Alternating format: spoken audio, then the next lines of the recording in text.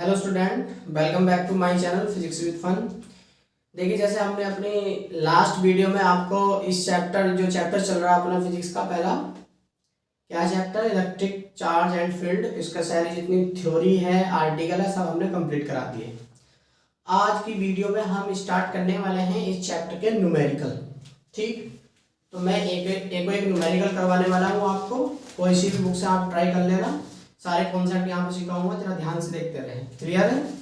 तो सबसे पहले हम जो न्यूमेरिकल करने वाले हैं वो quantization of charge, topic numerical. आज के लेक्चर में हम न्यूमेरिकल आपको सिखाएंगे। तो सबसे पहले फॉर्मूला आप लिखेंगे। इस फॉर्मूले में फॉर्मूला रहेगा अपना Q equal to plus minus के n e, equal to plus minus के एन ई। ठीक, अगर लॉस ऑफ इलेक्ट्रॉन होता है किसी बॉडी में तो आता है प्लस, ठीक, प्लस चार्ज, ये ध्यान रखो, प्लस चार्ज आता है, ये पॉजिटिव चार्ज, प्लस वाला साइन लेंगे। और अगर गेन ऑफ इलेक्ट्रॉन होता तो आता है निगेटिव चार्ज। एक कॉन्सेप्ट छोटा सा यहाँ पर समझा दूं इससे रिलेटेड। कॉन्सेप्ट ये है, मान लो कोई एटम का सिंबल आपको लिख रखा है। मान लो जैसे सोडियम एटम है, सोडियम एटम का जो एटॉमिक नंबर होता है 11 और एटॉमिक मास होता है 23। तो यहाँ पे इलेक्ट्रॉन और प्रोटॉन की नंबर को जो दिखाने वाला है वो है 11। इसमें 11 ही प्रोटॉन होंगे और 11 ही बच्चों इलेक्ट्रॉन होंगे। 11 ही प्रोटॉन और 11 ही इलेक्ट्रॉन। क्लियर? अब पूछने का वो आपसे कि न्यूक्लियस पर कितना चार्ज है। तो इसके न्यूक्लियस में देखो, इसका मान लो ये न्यूक्लियस है, तो न्यूक्लियस के अंदर प्रोटॉन होते हैं और न्यूट्रॉन होते हैं। और ऑर्बिट में क्या मूव करते हैं? ऑर्बिट में इलेक्ट्रॉन मूव करते हैं। ठीक, तो हमें अगर न्यूक्लियस पर चार्ज चाहिए तो देखो न्यूट्रॉन पर चार्ज होता नहीं, जीरो है वो, प्रोटॉन पर चार्ज होता है। तो जितने न्यूक्लियस के अंदर प्रोटॉन होंगे उतना ही उसका उतना चार्ज होगा। तो कहने का मतलब ये हुआ, अगर किसी एटम के न्यूक्लियस पर चार्ज की वैल्यू आपसे पूछी गई है तो वहां हम प्रोटॉन की नंबर को काउंट कर लेंगे। ठीक, चलो देखते हैं क्वेश्चन, याद रखो। तो आज का जो पहला फॉर्मूला है Q बराबर प्लस माइनस के एन ई, और याद रखो E एन है नंबर ऑफ इलेक्ट्रॉन किसी बॉडी से कितने इलेक्ट्रॉन लॉस करे या कितने इलेक्ट्रॉन गेन करे। और n तो नंबर ऑफ इलेक्ट्रॉन हो गया आपका, और E हो गया आपका 1.6 इंटू 10 की पावर माइनस के 19 कूलम। ये वैल्यू है, याद रखेंगे। E की वैल्यू 1.6 इंटू 10 की पावर माइनस के 19 कूलम। तो चलिए पहला फॉर्मूला लिखेंगे आप, पहला न्यूमेरिकल लिखेंगे। इफ ए बॉडी, क्वेश्चन है, if a body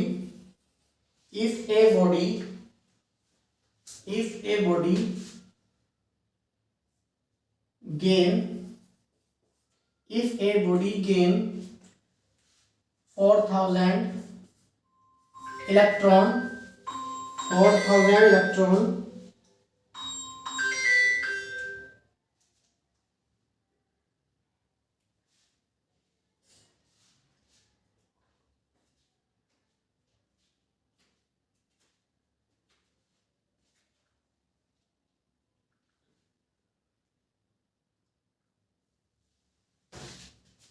if a body gain 4000 electron, then find out the total charge on it. If a body gain 4000 electron, यदि किसी बॉडी ने 4000 इलेक्ट्रॉन को गेन कर लिया, एक्सेस अमाउंट में आएगा उसमें, तो बताओ इलेक्ट्रॉन गेन करने का मतलब नेगेटिव चार्ज आने वाला है। और कितने इलेक्ट्रॉन गेन करें? 4000। तो इसका हम सॉल्यूशन देख लेंगे। क्या सॉल्यूशन में ये है कि n की वैल्यू आ गई बच्चों 4000 इलेक्ट्रॉन आ गई, और E की वैल्यू हमें पहले से पता है 1.6 इंटू 10 की पावर माइनस के 19 कूलम। 4000 एन की वैल्यू होगी और ई की वैल्यू हमें पहले से पता है 1.6 × 10⁻⁻⁹ कूलम। तो चार्ज निकालना है तो Q बराबर माइनस के एन ई। माइनस क्यों लगाया? क्योंकि यहाँ पर गेन हो रहा है, गेन। तो Q equal to minus N की वैल्यू कितनी है 4000 इंटू 1.6 इंटू 10⁻⁻⁹।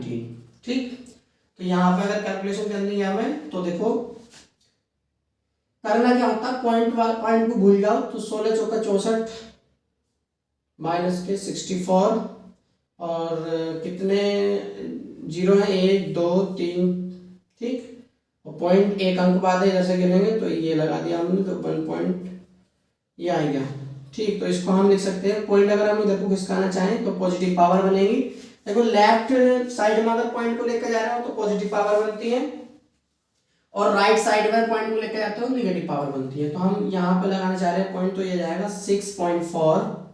कितने अंक गए इधर को 1 2 3, 3 अंक इधर खिसक गए तो इंटू 10 की पावर 3 पावर कम हो जाएगी यानी कि 16 कूलम। तो Q बराबर आ गया माइनस के 6.4 इंटू 10 की पावर माइनस के 16 कूलम। क्लियर है? इसके बाद इसको नोट करो, इसके बाद क्वेश्चन लिखेंगे if a body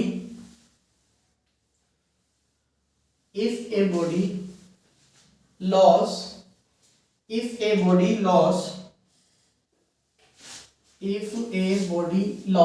5 electron, if a body loss 5 electron, question है if, क्वेश्चन 2 है if a body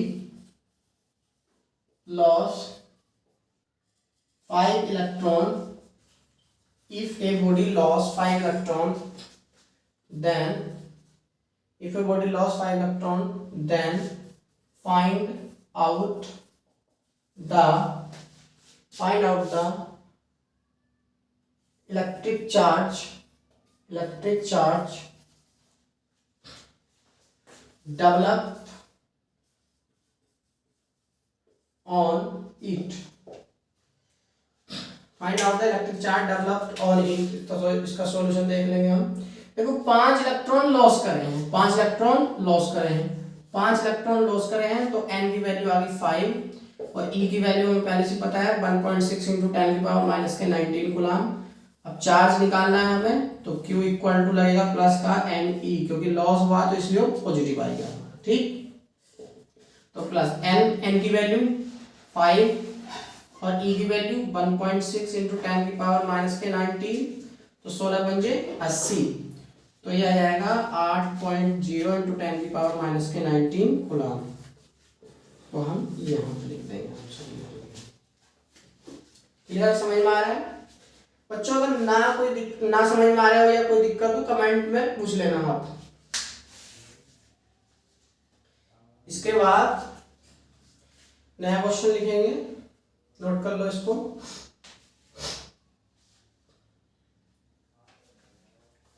इसके बाद एक क्वेश्चन लिखेंगे आप। देखो हर टाइप का मैं क्वेश्चन कराने वाला हूं, आप बाद में बुक से आप इसको रिवाइज कर लेंगे, लेकिन यहाँ पे हर टाइप का मैं क्वेश्चन कराऊंगा आपको।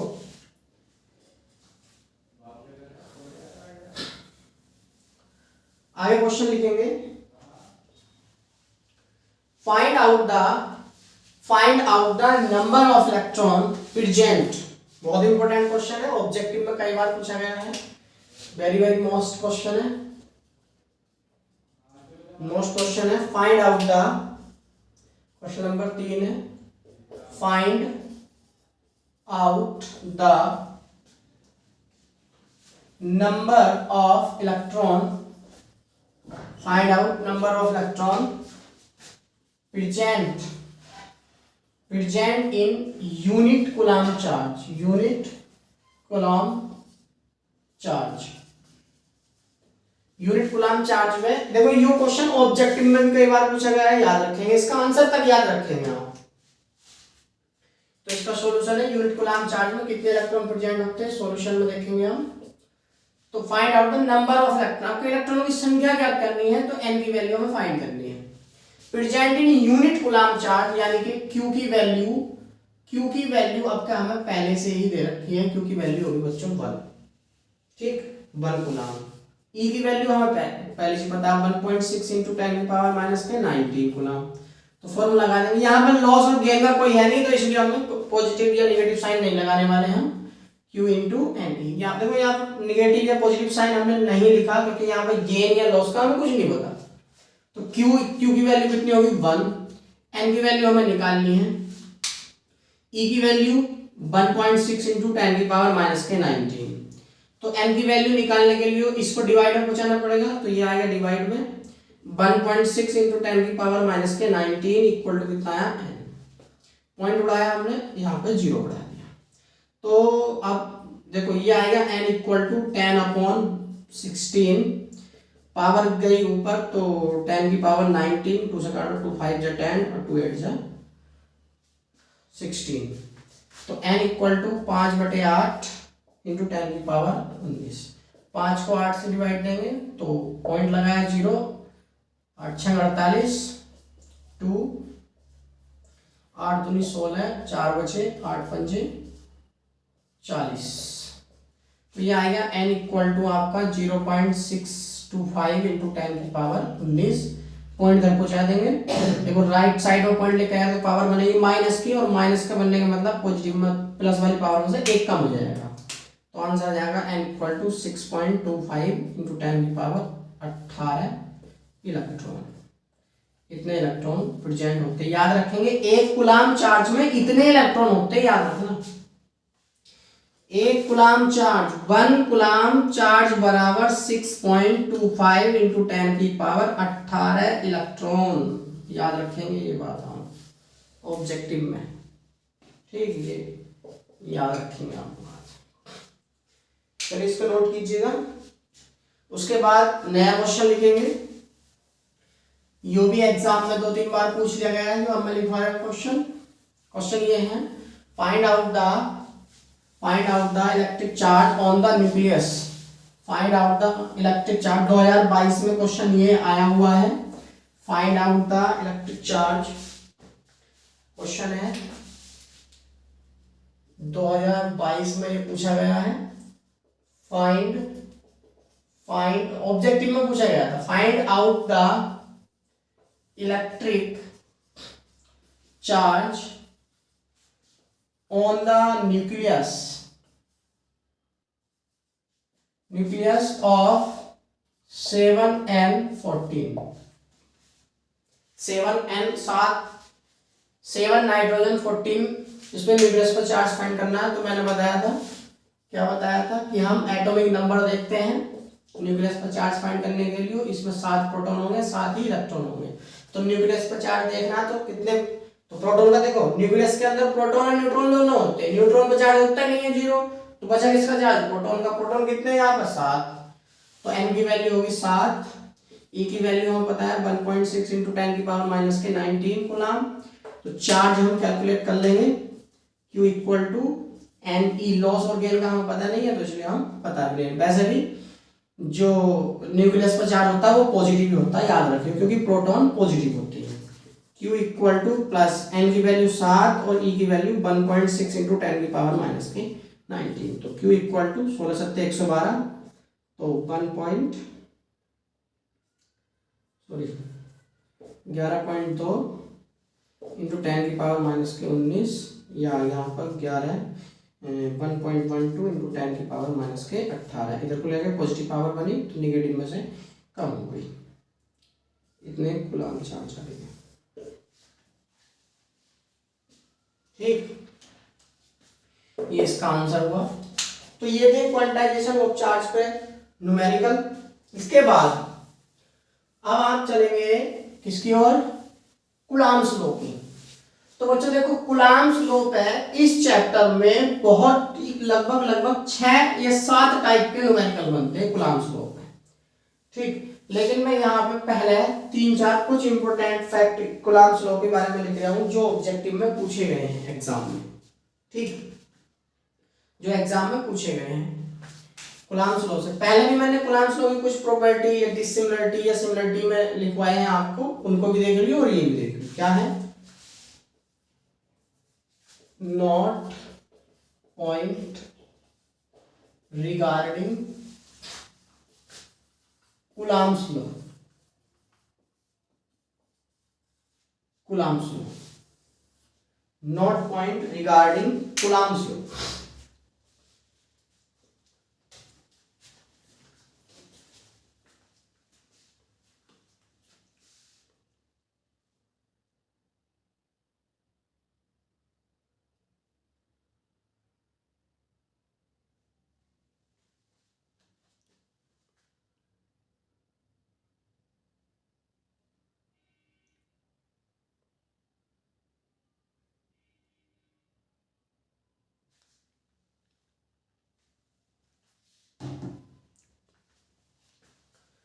तो पहला नोट पॉइंट है इसका, पहला नोट पॉइंट लिखेंगे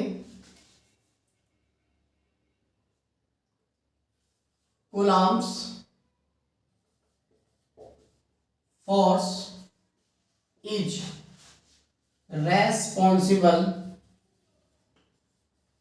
for stability of atom, stability of atom. याद रखना, क्या याद रखेंगे, ऑब्जेक्टिव में पूछा गया है कि एटम की स्टेबिलिटी के लिए कौन सा फोर्स आवश्यक है, ये जरूरी है, ये कौन जिम्मेदार है, कूलॉम्स फोर्स। कूलॉम्स फोर्स या Coulombic force is responsible for stability of atom. ठीक, दूसरा पॉइंट लिखेंगे Coulomb's force is central force, central force, coulomb force is a central force, central force and conservative force, conservative force. फिर इसके बाद जो तीसरा point है वो याद रखें आप, it is not a nuclear force, nuclear force ये भी ऑब्जेक्टिव एग्जाम में पूछा गया है, it is not a nuclear force. Coulombic force जो है या कूलम्ब फोर्स न्यूक्लियर फोर्स नहीं है। फोर्थ नंबर का पॉइंट है Coulomb's law of A Newton, third law यानी कि action reaction law, action reaction law. और इसको हम लिख देते हैं F1 वेक्टर बराबर माइनस के F2, मतलब दोनों फोर्स एक दूसरे के बराबर होंगे लेकिन अपोजिट होंगे, ये एक्शन। ठीक, तो इसके हिसाब से थोड़ा सा एक पॉइंट और मुझे समझाना है, जरा ध्यान सुनो। देखो आपको पता है कभी कि कूलम्बिक फोर्स फेल भी हो जाता है, कूलम्ब्स लॉ फेल भी है, कैसे मैं समझाता हूं, जरा ध्यान समझो।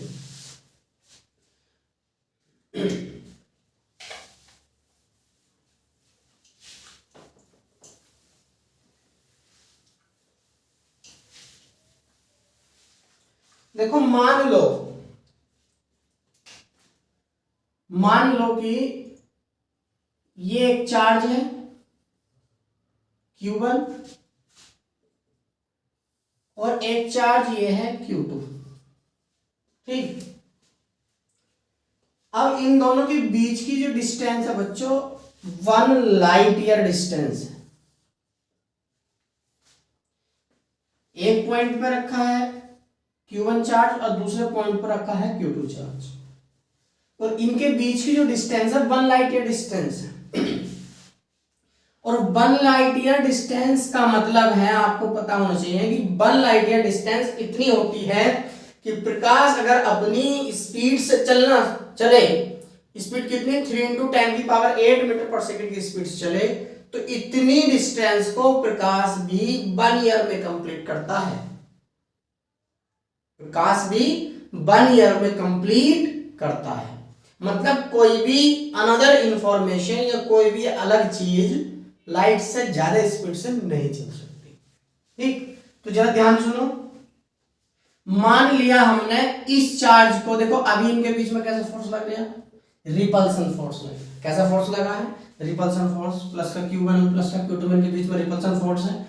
मान लो अगर हमने इस चार्ज को थोड़ा आगे खिसका दिया,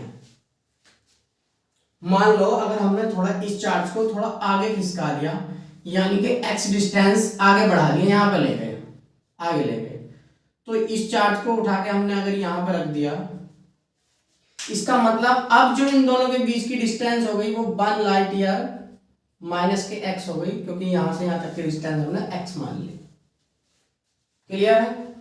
तो एक बात बताओ, जब यहां पे चार्ज था, इन दोनों के बीच में जो फोर्स था, अब इन दोनों के बीच में जो फोर्स है, तो यहां पे फोर्स घटाओ, जैसे ये चार्ज इसके पास गया होगा, देखो यहां पे था दोनों चार्ज तो फोर्स लग रहा था, लेकिन जैसे ही चार्ज को आगे खिसकाया हमने, डिस्टेंस कम हो गई, यानी कि उनके बीच में फोर्स बढ़ गया होगा, क्योंकि पास पास आने में फोर्स बढ़ जाता और दूर जाने में फोर्स कम होता। क्लियर है? तो जैसे ही ये चार्ज आगे को आया होगा तो इस पे एक फोर्स लगा होगा, ज्यादा फोर्स का महसूस हुआ होगा, ठीक। लेकिन जैसे ही ये चार्ज आगे की ओर हुआ होगा तो इस फोर्स के लगने की इंफॉर्मेशन इस पे गई होगी, और कोई भी इंफॉर्मेशन लाइट से ज्यादा स्पीड से नहीं चल सकती। इसका मतलब यहां से ज्यादा फोर्स लगने की इंफॉर्मेशन यहां से यहां तक जाने में कितनी डिस्टेंस कवर करनी पड़ेगी उसको, 1 लाइट ईयर। और अगर वो स्पीड ऑफ लाइट से भी चलने लगे तो इसका मतलब वो 1 साल में कवर करेगी। मतलब ये हुआ कि अगर 2024 में ये चार्ज रखा है और 2024 में हमने इसको आगे खिसकाने की कोशिश करी, तो हमें जो इंफॉर्मेशन मिलेगी आज की डेट से आज की डेट से 2025 की वही डेट में हमें पता चलेगा। इसका मतलब बीच में जो टाइम बचा, बीच का जो टाइम है उसमें कोई भी इस चार्ज की इंफॉर्मेशन नहीं मिलेगी, मतलब इतने टाइम में कूलम्ब्स लॉ फेल रहेगा। समझ में आया कॉन्सेप्ट? तो चलिए इस वीडियो में बस इतना ही, मिलते हैं अगले वीडियो में।